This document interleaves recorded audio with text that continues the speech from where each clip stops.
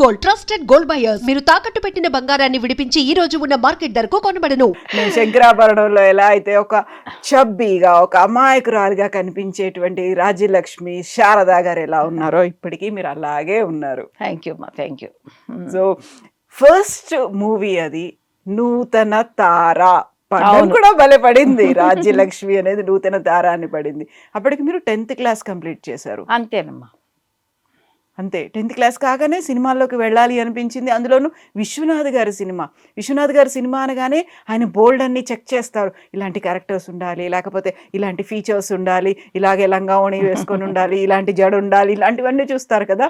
So Rajyalakshmi గారిలో ఏం చూసారు? ఇలా రాజలక్ష్మి గారు మీరు చెప్పినవి అన్నీ చూస్తారు. ఆయనకి ఒక 15-16 సంవత్సరాలు అయిన అమాయకమైన శారద కావాలి.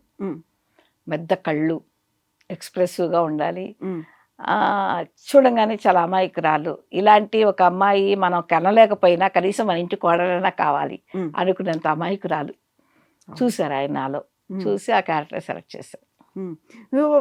ఆడిషన్స్ కానీ మీకు ఏదో ఫ్లోర్ టెస్ట్లు ఇట్లాంటివి కూడా ఏం పెట్టలేదు అసలు? అలా ఏమీ చెప్పలేదు. కానీ ఆయన ఏం చేశారంటే, నీకు తెలిసింది ఏదన్నా చెప్పు, ఒక డైలాగు ఎక్కడన్నా చూసిందో విందో అన్నారు.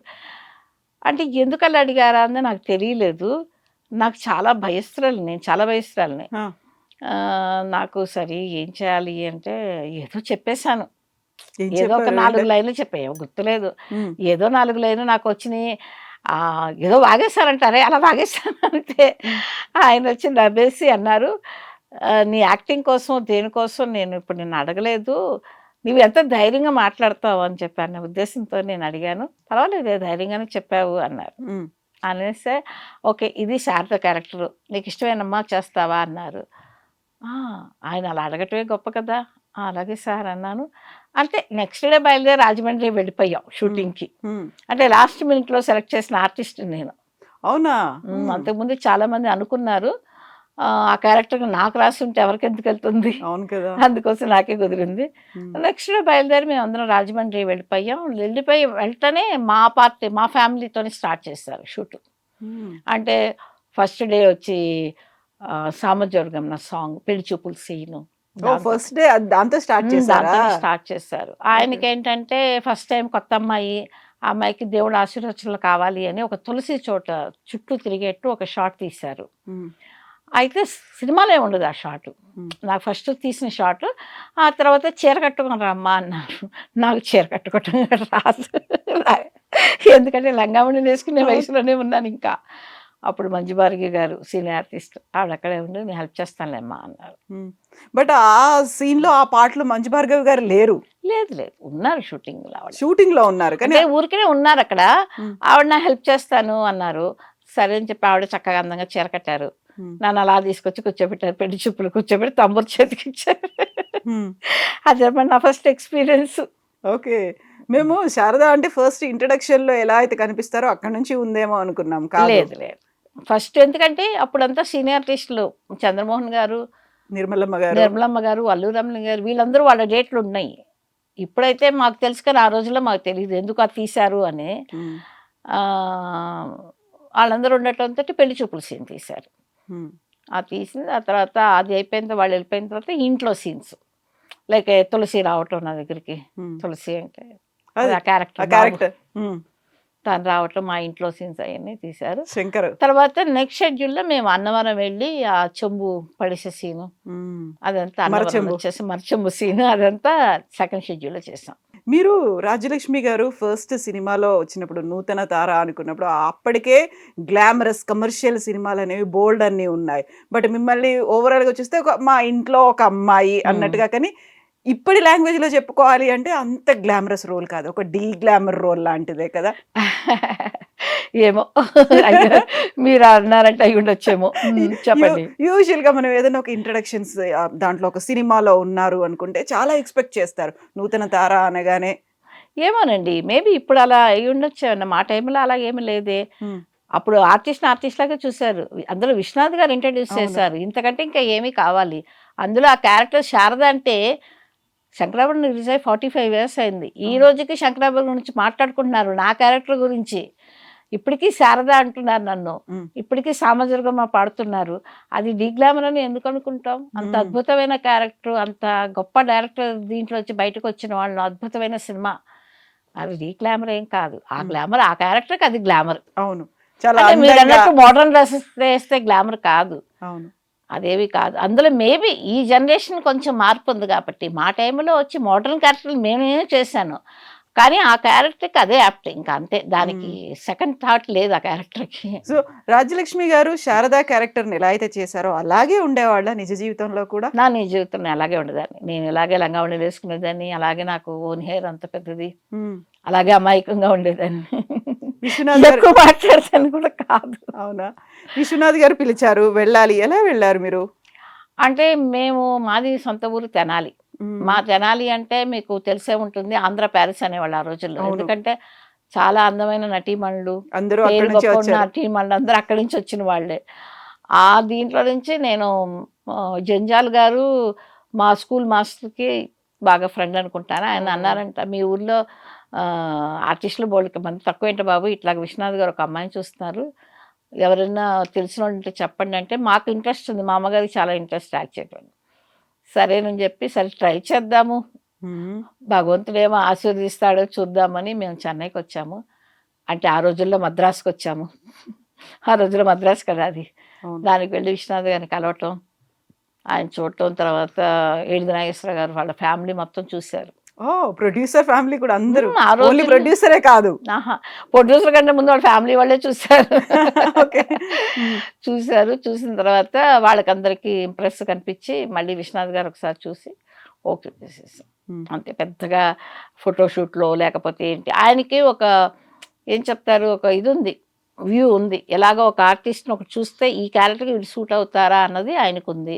అందులో నేను అలాగే ఉండేసరికి నేను సూట్ అవుతాను ఆయనకి నమ్మకం, దట్ వితౌట్ మేకప్ మూవీ. మ్మ్. అందుకోసం మేము బయట అలా ఉన్నామో సినిమాలో కూడా అలాగే ఉండేవాళ్ళం. నో మేకప్ కదా సినిమాలో, అవును, అసలు లేదు, మేకప్ మేకప్ లేదు. లేదు. ఎందుకంటే బాలు మహేంద్ర గారి కెమెరాలో మేకప్ ఉండదు. ఇప్పుడు తెనాలి నుంచి చెన్నైకి వెళ్ళినప్పుడు ఆ ఆడిషన్ కాదు, very first time producer and director గారు చూసినప్పుడు కూడా మీరు లంగా ఓణిలో అలాగే వెళ్ళిపోయారు. అలాగే ఉన్నాను, మేము మేకప్లు, మాకు లిప్స్టిక్లు వేసుకోవటం అవన్నీ కూడా అప్పుడు ఏమీ తెలియదు. నేను వెళ్ళింది ఒక తెనాలి అన్న ఒక సాధారణ ఊరు నుంచి, మ్మ్. అందుకోసం ఆయనకి నచ్చాను కూడా. ఎందుకంటే మామూలుగా ఇంట్లో మీరు చెప్పారు చూస్తారు, మన పక్కింటి పిల్ల ఎలా ఉంటుంది అని, అలాగే ఉండేదాన్ని. ఆయనకి కావాల్సింది కూడా అదే క్యారెక్టర్. దాంతో పెద్ద ఇంకెందుకు చూడాలి, ఈ అమ్మాయికి ఏం ఫోటోలు తీసినా ఇలాగే ఉండబోతుంది అన్నది ఒక దీంతో ఆయన మ్మ్. ఓకే అన్నారు. అట్లాగే దేవుడి దయ వల్ల ఆ సినిమా ఇంకా ఎంత సూపర్ హిట్ అయిందో మీకు చెప్పక్కర్లేదు. మ్మ్. తెలుగు ఒక్కటే కాకుండా అన్ని భాషల్లో, మలయాళంలో 1 year ఆడింది, అవును. చెన్నైలో ఒక థియేటర్లో 1 year ఆడింది సినిమా. మాస్కో ఫిల్మ్ ఫెస్టివల్ కూడా వెళ్ళింది, రష్యన్ సబ్ టైటిల్స్ తో కూడా అవును. ఈ సినిమా ఆడింది. అక్కడి దాకా వెళ్ళడము అనేది, సో మామూలుగా దానికి ఒక ఆస్కారో లేకపోతే ఇప్పుడు మనకు వచ్చేటువంటి ఈ ఇంటర్నేషనల్ ఇవన్నీ అవార్డ్స్ ఉంటాయి కదా, అవన్నీ వస్తాయి అనేటువంటి ఆ ఎక్స్పెక్టేషన్స్ ఇవన్నీ కూడా పెట్టుకున్న సినిమా అది. అది పెట్టుకున్నారు వాళ్ళు తీసినప్పుడు, అలా ఐ డోంట్ థింక్ సో అలా తీసుండరు. వాళ్ళు మంచి తీయలేదు. సినిమా తీద్దాం అనుకుని తీశారు అంతే. మ్మ్. మంచి సినిమా, అది గొప్ప సినిమా అయిపోయింది. చాలా గొప్ప సినిమా అయిపోయింది. ఇప్పుడు ఏదైనా ఒక సినిమా గురించి మాట్లాడాలి అంటే శంకరాభరణం గురించి మాట్లాడిన తర్వాతే, అందులో అది ఎలా తీశారు, ఆ ఉన్నటువంటి లీడ్ రోల్స్ అనేవి కూడా అంత ఈజీగా యాక్సెప్ట్ చేయరు. హీరో హీరోయిన్లు లేకుంటే వాళ్ళకి డాన్సులు ఫైట్లు ఇలాంటి ఆ ఒక మూస ధోరణి అనే దాంట్లో ఉన్నటువంటి హీరో అంటే శంకరాభరణం శంకర శాస్త్రి గారా, ఆయన హీరోనా, ఇలా ఉండేది కదా. రిలీజ్ ఇన్ టైంలో కూడా ఎవరు కొంటారు ఎవరు కొనరు అన్న అది కొంచెం పాపం ప్రొడ్యూసర్లు బాగా ఫేస్ చేశారు. ఆ కొంటం అన్నది ఎన్ని ప్రివ్యూలు వేసేవాళ్ళు అంటే, నేనే ఆ సినిమాని 30-40 సార్లు చూశాను. ఎందుకండి మీకోసం అంటే నేను చూడను. కానీ రామారావు గారు ఒక షో చూశారు, నాగేశ్వరరావు గారు ఒక షో, ఎంజీఆర్ గారు ఒక షో, శివాజీ గారు ఒక షో, అట్లా పెద్ద పెద్ద వాళ్ళందరితో షో చూసినప్పుడు నన్ను కూడా పిలిచేవాళ్ళు, ఏముంది నువ్వు రా, ఖాళీగా ఉంటే వచ్చేసి అందరినీ చూసినట్టు ఉంటుంది కదా అంటే వెళ్ళేదాన్ని. అట్లా ప్రతి వాళ్ళతో ఒక షో చూశాను నేను. ఎన్ని షోలు వేసే కొందికి సినిమా అద్భుతంగా ఉంది అంతా అంటున్నారు, కానీ కొనేవాళ్ళు కొంచెం భయం వేసింది వాళ్ళకి. కానీ కొన్నవాళ్ళు అందరూ అదృష్టవంతులే అప్పుడు. ఆ కొట్టడానికే కొంచెం భయపడ్డారు, కానీ కొన్న తర్వాత అందరూ అదృష్టవంతులు అయ్యారు. ఫస్ట్ ఈ సినిమా తీయాలి అని ప్రొడ్యూసరు డైరెక్టరు అనుకున్నారు, నిజంగా వాళ్ళ ధైర్యం ఆ తర్వాత రిలీజ్ అవ్వకపోయేసరికి ఆ ఉండే పీరియడ్ ఉంటుందండి. అవును, అది కొంచెం ఉంటుంది, ఆ టెన్షన్ పాపం బాగానే పడ్డారు. తర్వాత దేవుడి దయ వల్ల మళ్ళీ వెనక్కి చూడాల్సిన అవసరం రాలేకపోయింది ఆ సినిమాకి. ఉమ్. దాంట్లో యాక్ట్ చేసిన నాకు కూడా మంచి ఆఫర్స్ రావటం, ఆ సినిమాతో నేను కూడా ఇటు 4 భాషల్లో ఒక పెద్ద పేరు వచ్చేసింది నాకు. అందరూ నాకు పిలిచి ఇంకా హీరోయిన్ క్యారెక్టర్స్ ఇవ్వటం చేశారు. ఉమ్. ఆ శంకరాభరణంలో శారదా కంటే ఎక్కువగా శంకరాభరణం రాజ్యలక్ష్మిగా పేరు అలా ఉండిపోయింది. ఇప్పటికి కూడా మీరు ఎన్ని సినిమాలు చేసినా, అవును. ఎన్ని భాషలు చేసినా కానీ అన్నిట్లలో కూడా శంకరాభరణం రాజ్యలక్ష్మి గారు అనడం అనేది అవును. ఒక సినిమా పేరే ఇంటి పేరుగా ఉండిపోవడం, అసలు మరుపురాని అనుభూతులు అవన్నీ కూడా. అంతేగా మరి. ఈ రోజుకి రాజ్యలక్ష్మినా శంకరాభరణం రాజ్యలక్ష్మి అమ్మ ఎలా ఉన్నారమ్మా బాగున్నారంట అంటే ఫోన్లో ఫేస్ ఫోన్లో. తెలియదు కదా అప్పుడు. ఉమ్. ఈ రోజుకి ఆ శంకరాభరణం పేరు నేను గెలుచుకోగలిగాను. అది అదృష్టం నాది. మీరు ఆ ఫస్ట్ సామజీవర గమన కూర్చున్నప్పుడు అదేదో మీరు అలా తన్వయత్వంలో పాడుతూ ఉంటారు. ఆ తర్వాత మధ్యలో ఒక ఇమాజినేషన్ వస్తుంది. హీరోతో మీరు చంద్రమోహన్ గారితో ఒక డాన్స్లో ఇవన్నీ ఉంటారు. ఆ తర్వాత స్వరాలు తప్పు పాడతారు. ఇమ్మీడియట్గా నాన్నగారు కోపడతారు, శారదా అని అరుస్తారు. ఆ టైంలో ఇమ్మీడియట్గా వెరీ ఫస్ట్ డేనే ఇవన్నీ అయ్యేసరికి ఒక మిక్స్డ్ ఫీలింగ్స్ అనేవి ఉంటాయి కదా.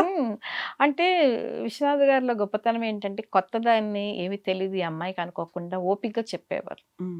ఒకటికి 10 సార్లు రిహార్సల్ చేయించి ఆయన కావాల్సిన ఎక్స్ప్రెషన్ తీసుకోగలిగాడు. దాంతో నాకు అందరు పెద్ద సీనియర్ ఆర్టిస్టులు, ఈవెన్ సోమయాజులు గారి సినిమాలకి ఆయన కొత్త వచ్చు కానీ ఆయన పెద్ద డ్రామా ఆర్టిస్టు, ఆయనకి చాలా కమాండ్ ఉంది. ఇటు చూస్తే అందరూ పెద్ద పెద్ద సీనియర్ ఆర్టిస్టులు. నేను ఎప్పుడు జోక్ చేసేదాన్ని, తులసి నాకంటే నువ్వేనే సీనియర్ అనేదాన్ని. ఎందుకంటే చైల్డ్ ఆర్టిస్ట్ కదా. చాలా చేసి అట్లాగా ప్రతి వాళ్ళు నాకంటే సీనియర్లే. నాకు చాలా భయంగా ఉండేది, ఎందుకంటే జనరల్గానే నేను కొంచెం భయస్తురాలని. ఇక వాళ్ళతోటి నేను మాట్లాడటానికి నాకు భయమే. నాకు వర్క్ అయిపోయిన తర్వాత పక్కన కూర్చునే దాన్ని, ఎక్కువ మాట్లాడేదాన్ని కాదు. ఇంకా నేను ఆయన చెప్పింది, విశ్వనాథ్ గారిని చెప్పింది మాత్రం అబ్జర్వ్ చేస్తూ ఒక గుడ్ స్టూడెంట్ లాగా నేను నేర్చుకోగలిగాను ఆయన దగ్గర. ఎవరన్నా అడిగితే నేను అదే చెప్తాను, నా గొప్పతనం కాదు. నువ్వు బాగా చేస్తావంటే నా గొప్పతనం కాదు, 100% ఈ రోజుకే కాదు ఎన్ని జన్మలైతే నా మాట చెప్తాను. ఎందుకంటే అది విశ్వనాథ్ గారు ఏం చెప్పారో నేను అదే చేశాను. అమ్మ ఇక్కడ చూడు, అలా చూస్తాను, ఇలా కొంచెం సిగ్గుపడు, ఇలా చెయ్యి, అలా చెయ్యి అని ప్రతిదీ ఆయన నా దగ్గర నుంచి తీసుకున్నారు. అది ఒక గొప్ప ఆర్ట్. అలా ఒక ఆర్టిస్ట్ దగ్గర ఏముందో తెలుసుకొని అది తీసుకోవటం కూడా గొప్ప ఆర్ట్. అందరికీ తెలియదు అది. ఆ తర్వాత ఆ తర్వాత శంకరాభరణం సినిమా తర్వాత శంకరాభరణం తర్వాత నిప్పులంటే నిజం, exactly opposite character. Modern modern girl